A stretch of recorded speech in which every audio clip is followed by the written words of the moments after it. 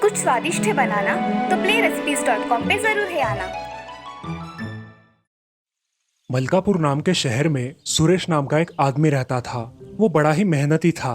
रोज सुबह उठकर चौराहे पर जाकर जो भी काम मिले कर लेता था। ऐसे ही एक दिन उसका दोस्त रमेश उससे मिला और उससे कहा, अरे सुरेश, तुम इतनी मेहनत करते हो, इससे अच्छा तुम खुद का धंधा क्यों नहीं शुरू करते?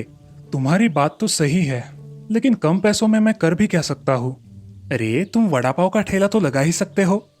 सुरेश को रमेश की ये सलाह बहुत पसंद आई। वो सोचते सोचते अपने घर चला गया। घर जाकर उसने ये विचार अपनी पत्नी निर्मला को बताया। सुरेश की पत्नी निर्मला बड़ी ही लालची थी। उसने सुरेश की हाँ में हाँ मिला दी और अगले ही दिन से दोनों ने एक वड़ा पाव का ठेला लगाया। सुरेश की पत्नी वड़ा पाव बनाती थी और सुरेश वो वड़ा पाव लोगों को परोसता था। लेकिन सुरेश के ध्यान में एक बात आई कि उनके ठेले पर एक बार जो वड़ा पाव खाकर जाता था वो वापस नहीं आता था। ये देखकर सुरेश जरा सोच में पड़ गया था। एक दिन उसने खुद अपना वड़ा पाव खाकर देखा। उसका मुंह कड़वा हो गया। वो अपनी पत्नी पर चिल्लाया, अरे ये कैसा वड़ा बनाया है तुमने? थोड़ा भी स्वाद नहीं है। इसीलिए मैं सोचूं कि हमारे वड़ा पाव के ठेले पर एक बार आने वाला आदमी बार बार क्यों नहीं आता? अगर वड़े का स्वाद ही ऐसा है तो कोई क्यों आएगा वापस? सुरेश अब सोच में पड़ गया। तभी उसे याद आया कि पड़ोस के गांव में उसका एक दोस्त रहा करता था, जिसकी पत्नी शांति बहुत स्वादिष्ट वड़ा पाव बना लेती थी। दूसरे ही दिन सुरेश शांति दीदी के घर गया। उसने उन्हें सारी बात बताई। अच्छा हुआ भैया आप आ गए। मुझे भी इन बच्चों की बहुत चिंता हो रही थी कि इनका पालन मैं अकेली कैसे करूं। आपको जो सही लगे वो मुझे दे देना। अगले दिन से शांति दीदी वहां पर वड़ा पाव बनाने लगी। शांति दीदी के हाथ के बनाए वड़ा पाव बहुत स्वादिष्ट थे। धीरे धीरे उनके दुकान पर ग्राहक बढ़ने लगे। उनका धंधा बढ़ने लगा। काफी सारा मुनाफा होने लगा। सुरेश पूरे मुनाफे से आधा हिस्सा शांति दीदी को देने लगा। ये देखकर सुरेश की पत्नी बहुत जलने लगी। शांति दीदी से ईर्ष्या करने लगी। ऐसे ही एक दिन उसने अपने पति से कहा, आप ये क्या कर रहे हो? इतने से काम के इतने पैसे आप शांति बहन को दे रहे हो? ये धंधा तो आपने शुरू किया था। सारा सामान आप लाते हो, ठेला आप लगाते हो और मुनाफे में आधा हिस्सा उसे कैसे दे रहे हो? मैं भी अब अच्छे से वड़ा बना सकती हूँ। शांति बहन को देखकर मैंने भी सीख लिया है और पूरे पैसे भी घर में ही रहेंगे। निर्मला की बातें सुनकर सुरेश सोच में पड़ गया। दूसरे ही दिन उसने शांति दीदी से बात की। देखो शांति दीदी, दिन भर मैं पूरा काम करता हूँ। सामान लाना, दुकान लगाना, शाम को दुकान बंद करके साफ सफाई करना। आप तो सिर्फ वड़ा पाव बनाती हो और आपको मैं उसके इतने ज्यादा पैसे देता हूँ। आज के बाद मैं उतने नहीं दे सकता। मैं आपको दिन के 200 रुपए दे सकता हूँ। काम करना है तो कीजिए, वरना आप जा सकती है। अरे भैया ऐसे क्यों कह रहे हो?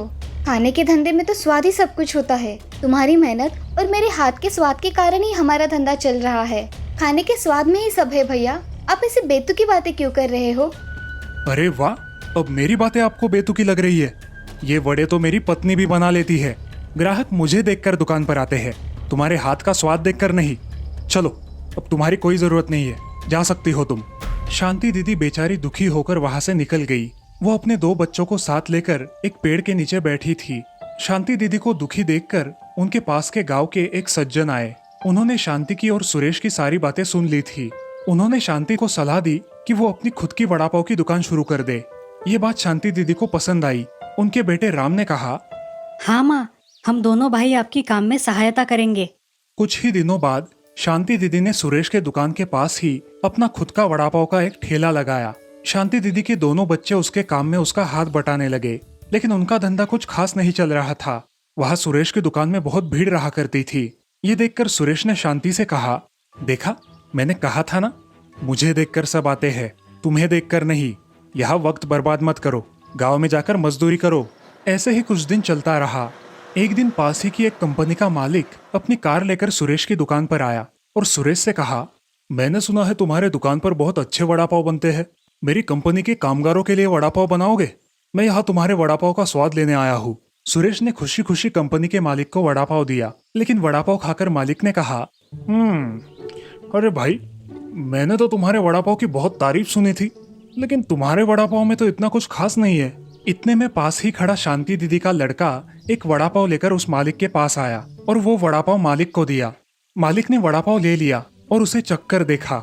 मालिक को वो बेहद पसंद आया। अरे वाह, ये है असली स्वाद वड़ा पाव का। फिर वो मालिक शांति दीदी के ठेले पर गया और उन्हें अपने कंपनी के कामगारों के लिए वड़ा पाव बनाने की बड़ी ऑर्डर दी। उनके हाथ में पैसे थमाए और वहां से चला गया। ये देखकर सुरेश की दुकान के कुछ ग्राहक शांति दीदी की दुकान पर गए। उन्हें शांति दीदी के वड़ा पाव बहुत पसंद आए। धीरे धीरे शांति दीदी का धंधा बहुत बढ़ने लगा और इधर सुरेश के धंधे पर पानी फिर गया। कुछ दिनों बाद शांति दीदी ने अपने दोनों बच्चों को स्कूल में दाखिल भी करवाया। बेचारे सुरेश ने अपना धंधा समेट लिया और अपनी पत्नी से कहा, निर्मला, मैं समझ गया हूँ, सिर्फ मेरे प्रयासों से कुछ नहीं होता। खाना पकाने वाले के हाथों में भी स्वाद होना चाहिए। हमारी लालच की वजह से सारा धंधा ठप हो गया। अब हमें कोई दूसरा व्यापार करना होगा।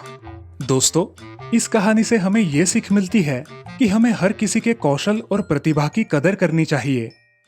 सुंदरपुर नाम के गांव में हरिया नाम का एक आदमी रहता था। वो दिन भर खेतों में बहुत मेहनत किया करता था, लेकिन इसके बावजूद ज्यादा कमाता नहीं था।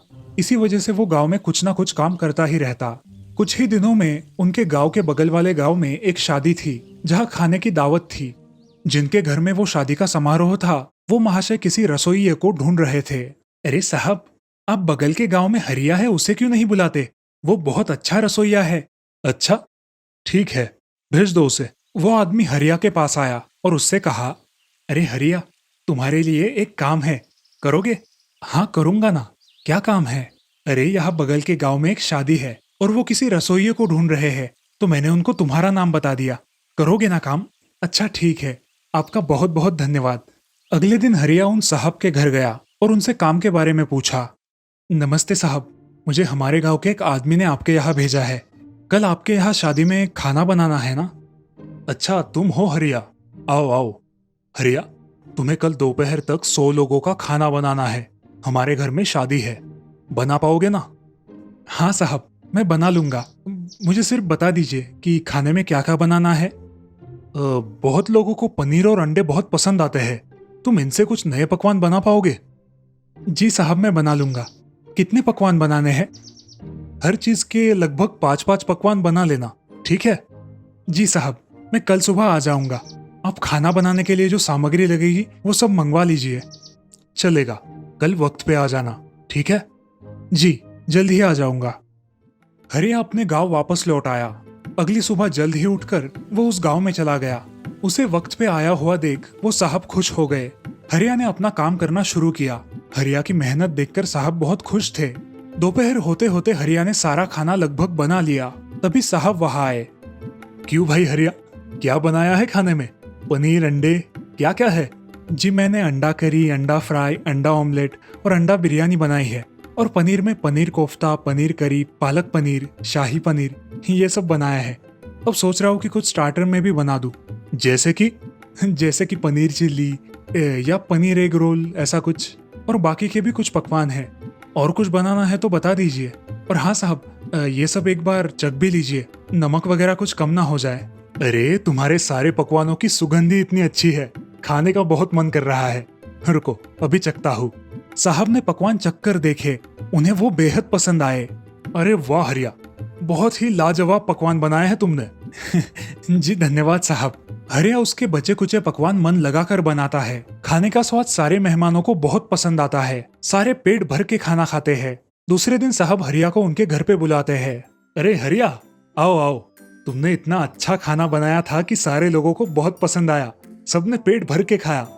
ये लो तुम्हारे पैसे, और बोलो क्या इनाम चाहिए तुम्हें? जी साहब, मुझे कुछ नहीं चाहिए। आपको खाना पसंद आ गया, यही मेरे लिए बहुत है। अरे हरिया, तुम बहुत अच्छे हो। तुम्हारे हाथों में जादू है और मैं चाहता हूँ कि तुम इसका अच्छा इस्तेमाल करो। ये लो, ये कुछ पैसे है। अपनी खुद की एक दुकान डाल लेना और इसी तरह अच्छे अच्छे पदार्थ लोगों को खिलाना। ये क्या कह रहे हैं आप साहब? अरे मैं ठीक कर रहा हूँ। ये लो, इन पैसों से तुम खुद का कारोबार शुरू करो। आपका बहुत बहुत उपकार मालिक। साहब वहां से चले जाते हैं और हरिया वो पैसे लेकर घर लौटता है। घर आने के बाद वो साहब ने कही बातों पर विचार करने लगता है। साहब ने जो कहा उसके बारे में मुझे सोचना चाहिए। मैं कल ही अपनी दुकान खोलूंगा। देखता तो हूँ लोगों को मेरा खाना कितना पसंद आता है। अगले दिन हरिया ने अंडे और पनीर के अलग अलग पकवान बनाए और उन्हें लेकर अपने घर के बाहर एक छोटा सा ठेला लगाकर बेचने लग गया। उसको ये सब करते हुए देख सारे गांव वाले उस पर हंसने लगे, उसका मजाक उड़ाने लगे। उस दिन उसका बहुत सारा खाना नहीं बिका। लोगों ने उसका खूब मजाक उड़ाया। लेकिन अगले दिन फिर से उसने अपनी दुकान लगाई और फिर से खाना बेचने बैठ गया। अब मैं इस खाने का क्या करूंगा? इतना सारा खाना फेंक भी नहीं सकता। हाँ, इसे गांव में लोगों के घर में बांट के आता हूँ। हरिया अपना बचा हुआ खाना सबके घरों में जाकर मुफ्त में देने लगता है। अरे हरिया, ये क्या लेकर आए हो? अरे बाबा, ये पनीर की और अंडे की सब्जी है। आज मैंने दुकान लगाया था, मगर आज कुछ ज्यादा बिका नहीं और ये सब बच गया, तो मैंने सोचा गांव में जाकर सबको बांट देता हूँ। बच्चों को भी अंडे और पनीर बहुत पसंद है ना, इसीलिए लेकर आया। अच्छा अच्छा, आज से तुमने ये सब भी बेचना शुरू कर दिया? हाँ बाबा, आज से ही मैंने ये सब बेचना शुरू किया, मगर कुछ बिका नहीं। अरे कोई बात नहीं, तुम्हारे हाथों में बहुत स्वाद है, लोगों को बहुत पसंद आएगा। तुमने अपनी दुकान के बाहर कोई बोर्ड वोर्ड लगाया कि नहीं, या फिर मेनू कार्ड वगैरह? अरे हाँ बाबा, ये तो बहुत अच्छा विचार है। इसके बारे में मैंने पहले क्यों नहीं सोचा? कल ही मैं कोई बोर्ड बना लेता हूँ। अब अगले दिन हरिया ने एक मेनू कार्ड बनवाया, उसी के साथ साथ अपने ठेले के ऊपर एक बोर्ड लगवाया। वो बोर्ड और मेनू कार्ड देख के लोग उसकी दुकान की तरफ आकर्षित हो गए। लोगों ने उसके बनाए पदार्थ चखना शुरू किया, उनको वो बेहद पसंद आए। धीरे धीरे उसका धंधा अच्छा चलने लगा। अब वो अलग अलग प्रकार के अनेक व्यंजन बनाने लगा और लोगों को उसके हाथ के बनाए व्यंजन बहुत पसंद आने लगे। कुछ ही महीनों में उसने गांव में अपनी एक खुद की दुकान खरीद ली। अब सारे गांव वाले उस दुकान पर जाकर खाना खाने लगे। एक दिन वही बगल के गांव वाले साहब जी उनके गांव में आए और हरिया की वो नई दुकान देखकर उसके अंदर गए। अरे, ये गांव में नया दुकान किसका है? जाके देखता हूँ। अरे साहब, आप यहाँ कैसे? आइए ना। अरे हाँ, मैं यहाँ गांव में आया था, नया दुकान देखा तो सोचा कि अंदर जाके आए। साहब, आज आप कितने दिनों बाद यहाँ आए हो? आज तो आपको मेरे हाथों का खाना खाकर ही जाना पड़ेगा। हरिया साहब को खाना परोसता है। हरिया, आज भी तुम्हारे हाथों में वही स्वाद है। मैंने जो बताया था वो तुमने सच करके दिखाया। मैं तुम पर बहुत खुश हूँ। इस तरह होशियार हरिया ने अपने गुणों के जोर पर खूब मेहनत करके सफलता हासिल की। विजयपुर नाम के गांव में विहान नाम का लड़का अपनी माँ के साथ रहता था। उसकी माँ दिखने में बहुत कुरूप थी। पहले तो वो सुंदर थी, मगर उसकी एक आंख खराब हो गई थी, जिसकी वजह से वो अपनी माँ को हमेशा भला बुरा कहता था। विहान को पिताजी ना होने के कारण उसकी माँ उसका दिल नहीं दुखाया करती थी। विहान अपनी माँ का परिचय अपने मित्रों से कभी नहीं करवाता था, लेकिन इस बात से उसकी माँ दुखी नहीं होती थी। विहान की माँ खेतों में बहुत मेहनत कर कर अपना गुजारा और विहान की पढ़ाई पूरी कर रही थी। अब विहान बड़ा हो गया था, उसकी पढ़ाई भी पूरी हो गई थी और वो अपने गांव से शहर नौकरी ढूंढने जा रहा था। विहान, वहाँ पहुँचकर बेटा फोन कर देना और खाना पीना ठीक से कर लेना। हाँ, मैं मेरा देख लूंगा, आप मेरी इतनी चिंता मत करो। जाओ बेटा, अपना ख्याल रखना। विहान की बस आ जाती है और बस में बैठकर विहान शहर चला जाता है। विहान शहर में आकर एक कंपनी में जॉब इंटरव्यू के लिए जाता है। उसे वो जॉब मिल जाती है। जॉब लगने की वजह से वो बहुत खुश था। विहान अपना काम बहुत मन लगाकर करता था। काम के प्रति उसकी लगन देखकर उसके कंपनी का बॉस भी उस पर बहुत खुश था। एक दिन उस कंपनी में बॉस की बेटी माधुरी आई। वो दिखने में बहुत खूबसूरत थी। सभी लोग उसे देखते ही रहते थे, लेकिन विहान अपने काम में मग्न था। उसने उसकी ओर देखा भी नहीं और अपना काम जारी रखा। मगर माधुरी की नजर विहान से हटी ही नहीं। उसे वो पहली नजर में ही पसंद आ गया। वो अपने पापा के केबिन में गई और उन्हें विहान के बारे में पूछा। उसके पापा ने विहान के बारे में बहुत अच्छी बातें बताई। पापा, आप मेरे कितने पीछे लगे हो कि बेटा शादी कर लो, शादी कर लो। मुझे लगता है कि अब मुझे सही लड़का मिल गया है। कौन है वो खुशनसीब जिसे मेरी लड़की ने चूज किया है? आपके ऑफिस का विहान, जो मुझे पहली नजर में ही पसंद आ गया। अरे वाह, इतना सुशील लड़का और कहाँ मिलेगा। विहान बहुत ही अच्छा लड़का है। बॉस विहान को अंदर बुलाते हैं। क्या हुआ सर, आपने बुलाया? विहान, मैं चाहता हूँ कि मेरी बेटी की शादी तुमसे हो। क्या तुम्हें मंजूर है? सर, मैं आपको सोच के बताऊंगा। ठीक है विहान। विहान घर जाकर सोच में पड़ जाता है। मेरे पास तो खुद का घर भी नहीं है और मैं बॉस की लड़की से कैसे शादी करूं? मैं कहा और वो कहा। सोचते सोचते विहान सो जाता है। सुबह उठकर वो ऑफिस के लिए तैयार हो रहा था, तभी डोरबेल बजी। विहान दरवाजा खोलता है तो सामने बॉस खड़ा होता है। सर, आप आइए ना। कैसे आना हुआ आपका सर? अरे विहान, शादी के बारे में बात करने आया हूँ। मुझे तुम पसंद आ गए हो, बाकी का सब मुझ पर छोड़ दो, मैं देख लूंगा। तुम्हारे घर में कौन कौन है विहान? मैं अकेला ही रहता हूँ सर यहाँ, और मेरी माँ गाँव में रहती है। ओके, तो मैं ये रिश्ता तय समझूं? विहान अपनी हाँ बता देता है। विहान, तुम्हारी माँ को गांव से शादी के लिए बुला लो, आखिर तुम्हारी शादी है। विहान सोचता है कि अगर वो अपनी माँ को बुलाएगा तो सारे उसका मजाक उड़ाएंगे। नहीं सर, मेरी माँ बीमार होने के कारण शादी में नहीं आ पाएगी।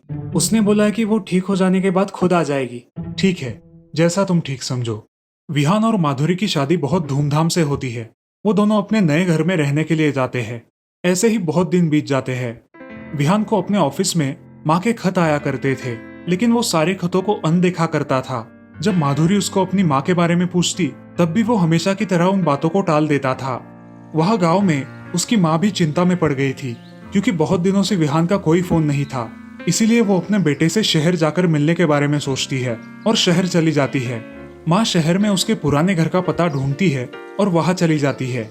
वहाँ जाकर वो वहाँ के घर मालिक से पूछती है। नमस्ते भाई साहब, विहान यही रहता है ना? नहीं माँ जी, अब वो यहाँ नहीं रहता है। वो बड़े बंगले में रहता है और उसकी तो शादी भी हो गई है। शादी कब हुई भाई साहब? मुझे तो कुछ पता भी नहीं। वैसे आप कौन है माँ जी? कोई नहीं, गांव से आई हूँ। भाई साहब, क्या आप मुझे विहान के घर का पता देंगे? हाँ माँ जी, ये लीजिए। आप किसी से भी पूछेंगी तो बता देंगे। धन्यवाद भाई साहब। ये कहकर विहान की माँ अपने बेटे के घर जाने के लिए निकलती है। पता पूछते पूछते वो विहान के घर पहुंच जाती है। वो उसके बंगले के बाहर आकर रुकती है। उसे एक सिक्योरिटी गार्ड रोक लेता है। माँ जी, आप कहाँ से आई हो? किसको मिलना है आपको? मुझे विहान से मिलना है। विहान? कौन साहब क्या? लो आ गए साहब। तभी विहान एक आलीशान कार में बैठकर वहां आता है और अपनी माँ को देखकर भी अनदेखा कर देता है और सिक्योरिटी गार्ड से कहता है, सड़क चलते भिखारी को घर में आने मत देना, कोई भी मुंह उठाकर आता है। ये सारी बातें विहान की माँ सुन लेती है और वही बैठकर रोने लगती है। वो उस सिक्योरिटी गार्ड से एक कागज और पेन मंगवाती है और उस पर अपनी पूरी कहानी लिख देती है। वो कागज वो सिक्योरिटी गार्ड को देती है और अंदर पहुंचाने के लिए कहती है। माँ वहां से निकल जाती है। सिक्योरिटी वाला वो कागज विहान को देता है। साहब, उस बूढ़ी माँ ने दिया है ये, लाओ मुझे दो। विहान खत पढ़ने लगता है। बेटा, आज तो तुम इतने बड़े बन गए कि अपनी माँ को ही पहचान ना सके। आज तक मैंने तुमसे एक राज छुपाया है, मगर आज तुम्हें बताना बहुत जरूरी है। बेटा, जब तुम छोटे थे तब खेलते खेलते तुम एक नुकीले पत्थर पर गिर गए थे और उसमें तुम्हारी एक आँख खराब हो गई थी। डॉक्टर से पूछा तो कोई इलाज नहीं था। तब मैंने मेरी एक आँख तुम्हें दे दी और तुम ठीक हो गए। मगर आज तो तुम मेरी बदसूरती को देखकर मुझे माँ कहने से भी इनकार कर रहे हो। ये देखकर मुझे बहुत दुख हुआ और ये खत मुझे लिखना पड़ा। मैं आज से तुम्हारी माँ नहीं हूँ विहान। वो खत पढ़कर विहान चुपचाप अपने कमरे में जाकर रोने लगता है। तभी माधुरी उसके पास आती है। विहान सारी सच्चाई माधुरी को बता देता है। माधुरी को विहान के बर्ताव पर बहुत शर्मिंदगी महसूस होती है और वो विहान से कहती है, विहान, हम कल ही तुम्हारे गांव माँ से मिलने जाएंगे। हाँ माधुरी। अगले दिन विहान माधुरी को लेकर गांव में अपने माँ के घर जाता है। माँ। कौन? विहान, तुम यहाँ क्यों आए हो? माँ, मुझसे गलती हो गई माँ। विहान। ऐसा कहकर माँ उसे गले लगाकर जोर जोर से रोने लगती है। ये सब देखकर माधुरी की आंखों में भी पानी आ जाता है। बाद में विहान माधुरी का परिचय अपनी माँ से करवाता है और वो दोनों अपनी माँ का आशीर्वाद लेते हैं और इस तरह अब सब लोग खुशी खुशी रहने लगते हैं। इस कहानी से हमें ये सीख मिलती है कि हमें हमारे माँ बाप की कदर करनी चाहिए। श्यामपुर गांव के लोग बहुत खुश थे। उन्हें किसी भी तरह की परेशानी नहीं थी। उस गांव के बाहर एक घना जंगल था, जिस जंगल में कोई नहीं जाया करता था, क्योंकि गांव वालों का मानना था कि उस जंगल में भूत है। इसी वजह से गांव के सारे लोग अपने काम दोपहर तक पूरे कर लेते थे और शाम होने से पहले ही घर लौट आते थे। उस जंगल में एक चुड़ैल रहा करती थी। बहुत दिनों से उसे कोई शिकार नहीं मिला था और इसी वजह से अब वो गांव आने लगी थी। ऐसे ही एक रात को वो चुड़ैल गांव में आती है और एक घर का दरवाजा ठकठकाती है। हाय रे दैया, इतनी रात के कौन आया है? अजी सुनते हो, कौन होगा इतनी रात गए दरवाजे पर? अरे दरवाजा खोलोगी तो पता चलेगा ना। मैं यहाँ आराम से सोया हूँ और खामखा मेरी नींद खराब कर रही है। अरे नींद के भूखे, दरवाजे पर इतनी रात को कौन आया है ये देखने की वजह सो रहे हो? सुषमा अपने दरवाजे के बगल की खिड़की से झांक कर देखती है। उसे बाहर एक औरत खड़ी दिखाई देती है। कौन हो तुम और इतनी रात गए यहाँ क्यों आई हो? मुझे बहुत भूख लगी है, इसीलिए इतनी रात को मुझे यहाँ आना पड़ा। हमारा खाना खा के हो गया है, अब घर में कुछ भी नहीं है। तुम ऐसा करो, किसी और घर जाओ। आप मुझे एक रोटी बना कर दे दो तो मैं प्याज के साथ भी खा लूंगी। आप सिर्फ मुझे कुछ खाने के लिए दे दीजिए। सुषमा मन ही मन सोचती है कि वो औरत सच में भूखी है और इसी वजह से सब्जी की वजह प्याज मांग रही है। सुषमा उसे कहती है, तुम यही रुको, मैं अभी रोटी बना कर लाती हूँ। अब सुषमा घर में जाकर रोटी बनाकर लाती है और उस पर एक प्याज रखकर घर का दरवाजा खोलती है। ये लो, आपकी रोटी और उस पे प्याज रखा है। अच्छा हुआ तुम ही बाहर आ गई। मुझे तुम्हें इस घर से बाहर निकालना था। अरे छोड़ रे कलमुही, डायन, मैंने तुम्हारा क्या बिगाड़ा है? छोड़ मुझे। मैं कितने दिनों से भूखी हूँ। अच्छा हुआ तुम मिल गई मुझे। अरे छोड़ नासपिटी। चुड़ैल उसकी आंखों में देखकर उसकी आत्मा को अपने वश में कर लेती है। अब सुषमा भी एक चुड़ैल बन जाती है। वो बेहोश होकर जमीन पर गिर जाती है। अगले दिन सुषमा एक खंजर लेकर अपने पति को मारने की कोशिश करती है। अरे क्या कर रही हो मेरी जाना, वो खंजर बाजू में रख दो। मैं तेरी कोई जानावाना नहीं हूँ, मैं मेरी मालिक का हुक्म ही मानती हूँ। सुषमा उसे छोड़ देती है और शाम घर से भाग जाता है। उसी रात चुड़ैल फिर से गांव में आती है और इस बार गांव के राघव के घर का दरवाजा खटखटाती है। अरे कौन है? इतनी रात हो गई है, कौन आया है? अरे सुनते हो, दरवाजे पे कोई है। इतनी रात को कौन हो सकता है? राघव खिड़की से देखता है तो उसे दरवाजे के बाहर एक औरत खड़ी दिखाई देती है। आप कौन हो और यहाँ इतनी रात को क्यों आई हो? मुझे बहुत जोर से भूख लगी है, इसलिए खाना मांगने आई हूँ। मुझे एक रोटी दे दो। अरे जानकी, रोटी है क्या घर में? इन्हें भूख लगी है, जरा दो तो। अरे बहन जी, मेरे घर में रोटी है मगर सब्जी कुछ भी नहीं है। आप सिर्फ रोटी और प्याज दे दो, मैं इससे काम चला लूंगी। अब जानकी एक रोटी पर प्याज काट कर लाती है और चुड़ैल को देने के लिए दरवाजा खोलती है। चुड़ैल को देखकर जानकी चिल्लाती है मगर चुड़ैल उसे भी अपने वश में कर लेती है। अब जानकी चुपचाप जाकर अपने घर में सो जाती है। अगले दिन शाम सरपंच जी के यहाँ जाता है। सरपंच जी प्रणाम, मेरी पत्नी चुड़ैल बन गई है और वो मुझे मारना चाहती है। मैं जैसे तैसे वहां से भाग आया हूँ। वो बोलती है कि उसे उसके मालकिन ने बताया है कि लोगों को मार डाल। अब मैं क्या करूँ सरपंच जी? शाम, इस विषय में सोचकर निर्णय लेना होगा, वरना लेने के देने पड़ जाएंगे। थोड़ा संयम रखो, बाद में देखते हैं, ठीक है? जी सरपंच जी। शाम वहां से चला जाता है। उसी दिन राघव के घर में उसकी पत्नी उसे भी मारने की कोशिश करने लगती है। अरे क्या कर रही हो भाग्यवान? ऐसा कोई करता है क्या अपने पति के साथ? अरे कौन सा पति? किसका पति? तू मेरा कोई नहीं है। मैं सिर्फ मेरे मालकिन के आदेश का पालन करूंगी। अब मैं तुझे मार डालूंगी। राघव उसका ये डरावना रूप देखकर बहुत डर जाता है और अपने घर से भागकर सीधे सरपंच जी के यहाँ जाता है। सरपंच जी, मुझे बचाइए, मेरी बीवी मुझे मार डालेगी। अरे ये क्या बोल रहा है राघव, पागल हो गया क्या? आ, जरा बैठकर बात करते हैं। सरपंच जी, हमारे घर पर कल रात को एक औरत रोटी मांगने आई थी। मेरी पत्नी ने उसे रोटी दी और सुबह होने के बाद मेरी पत्नी का रवैया अलग ही हो गया। अब वो मुझे मारना चाहती है और कहती है कि उसे उसके मालकिन ने बताया है। मुझे कुछ समझ नहीं आ रहा। अच्छा तो ये बात है। यही बात शाम के भी साथ हुई है, यानी उन दोनों को चुड़ैल ने अपने वश में कर लिया है। अब मैं बताता हूँ, वैसे ही सारे लोग करना और ये बात सारे गांव में फैला दो, मगर उन दोनों को नहीं पता चलनी चाहिए। जी सरपंच जी, समझ गया। हरिया, तुम्हें समझ आ गया मैं क्या बोल रहा हूँ? तुम्हें मैंने बताया वैसे ही करना है। जी सरपंच जी, आप जैसा बोलोगे वैसा ही होगा। अगले दिन हरिया एक दूसरे घर में चला जाता है। रात हो जाती है और वो चुड़ैल भेष बदलकर उसके घर का दरवाजा खटखटाती है। कौन है? इतनी रात को कौन आया है? जी मुझे बहुत भूख लगी है, क्या आप मुझे खाना दोगी? जी हाँ, मगर मेरे घर में सिर्फ रोटी है, सब्जी कुछ नहीं है। आप मुझे रोटी और प्याज दे दो, मुझे चलेगा। अब हरिया एक रोटी पर प्याज डालकर लाता है और दरवाजा खोलता है। बाहर उसे एक औरत खड़ी दिखाई देती है जो कि अब एक चुड़ैल में परिवर्तित हो जाती है। चुड़ैल हरिया को वश में करने के लिए उसकी आंखों में देखती है, मगर हरिया पर उसका कोई परिणाम नहीं होता। ऐसा कैसे हो सकता है? मेरा जादू क्यों नहीं चल रहा? क्या हुआ है? हरिया अपना पल्लू उठाकर चुड़ैल से कहता है, अरे ओ चुड़ैल रानी, तुम्हारा असर यहाँ पर नहीं चलेगा। मैं तो मर्द हूँ, औरत नहीं। अब क्या करेगी तू? और उसी वक्त सारे गांव वाले मशाले लेकर वहां आते हैं और चुड़ैल पर हमला बोल देते हैं।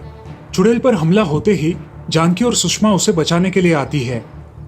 अरे ओ कलमुहो, मेरी मालकिन को मारने से पहले तुम्हें मुझे मारना होगा। और हाँ, मेरी मालकिन पर हाथ भी उठाया तो याद रखना, सोच लेना क्या होगा। अब जानकी और सुषमा भी गांव वालों से भिड़ जाते हैं। सारे लोग मिलकर जानकी और सुषमा को पकड़कर एक पेड़ से बांध कर रखते हैं। उसी मौके का फायदा उठाकर चुड़ैल वहां से भाग जाती है। अब गांव वाले बहुत परेशान हो जाते हैं और आगे क्या करना है इसके बारे में सोचने लगते हैं। इस जानकी और सुषमा को हम जला डालेंगे। अरे उन पर चुड़ैल का साया है, वो साया निकल गया ना कि वो फिर से पहले जैसी हो जाएगी। राघव भाई साहब सही कह रहे हैं, वो हमारी बीवियां हैं। उन पर से चुड़ैल का साया निकल जाने के बाद वो आम इंसान बन जाएगी। सुषमा और जानकी दोनों को भी अपने ही घरों में कैद कर दिया जाता है ताकि वो किसी को हानि ना पहुंचा सके। सारे गांव वाले सोच में पड़ जाते हैं और अलग अलग योजनाएं बनाने लगते हैं। मेरे ख्याल से चुड़ैल अब सतर्क हो गई है। उसे हम क्या करने वाले हैं इसके बारे में पता चल गया है। हमारे गांव के बाहर एक सिद्ध बाबा रहते हैं, हम उनके पास चले जाएंगे, वही समस्या का समाधान बताएंगे। अब सरपंच जी और सारे गांव वाले बाबा के पास चले जाते हैं। क्या हुआ है सरपंच जी, आपका ऐसे अचानक आना हुआ? बाबा विपदा ही ऐसी है कि कुछ समझ नहीं आ रहा, जरा विस्तार से बताओ बेटा। सरपंच जी सारी कहानी बाबा को बताते हैं और उनसे इस पर कुछ उपाय पूछते हैं। बाबा बोलते हैं, वत्स, तुम जब वो चुड़ैल सामने आ जाए तब अपने सामने ये गुड़िया पकड़ लेना। वो चुड़ैल इस गुड़िया में समा जाएगी और बाद में जल्द ही उसे आग में फेंक देना, जिससे उस चुड़ैल का सर्वनाश होगा। जी बाबा, हम समझ गए, मगर ये काम सिर्फ एक औरत को ही करना पड़ेगा। ठीक है बाबा, आपका बहुत बहुत धन्यवाद। अब सारे गांव वाले गांव में लौट आते हैं और उस चुड़ैल को मारने के बारे में सोचने लगते हैं। तभी उस गांव की एक औरत सगुना सामने आती है और वो काम करने की इच्छा दर्शाती है। इसमें खतरा है बेटी। अरे सरपंच जी, अपने गांव के लिए मैं इतना नहीं कर सकती। मैं ही ये काम करूंगी और उसे मार डालूंगी। ठीक है सगुना, तुम्हें ये काम दिया जाता है। अब सगुना रात होने का इंतजार करती है। रात होते ही वो चुड़ैल आती है और सगुना के घर का दरवाजा खटखटाती है। सगुना खिड़की से ही उससे बात करती है। मैं भूखी हूँ, मुझे कुछ खाना दे दो। एक रोटी ही दे दो, मगर जल्दी दे दो, बहुत भूख लगी है। जी अभी लाती हूँ। अब सगुना खाना लेकर बाहर आती है और चुड़ैल तुरंत ही उसे अपने वश में करने का प्रयास करती है। तभी सगुना अपनी कमर से वो गुड़िया निकालकर चुड़ैल के सामने पकड़ती है। जैसे ही चुड़ैल की दृष्टि उस गुड़िया पर पड़ती है, वो चुड़ैल उस गुड़िया में समा जाती है। सगुना उस गुड़िया को पकड़कर दौड़ी चली आती है जहाँ सारे गांव वाले खड़े हैं। गांव वालों ने वहाँ आग जलाकर रखी हुई थी। सगुना तुरंत उस गुड़िया को उस आग में डाल देती है। गुड़िया आग में डालते ही वो जलकर राख हो जाती है और उसके साथ साथ वो चुड़ैल मर जाती है। सुषमा और जानकी भी उस चुड़ैल के चंगुल से मुक्त हो जाती है। वो चुड़ैल हमेशा हमेशा के लिए चली जाती है और अब गांव वाले फिर से एक बार खुशी खुशी रहने लगते हैं।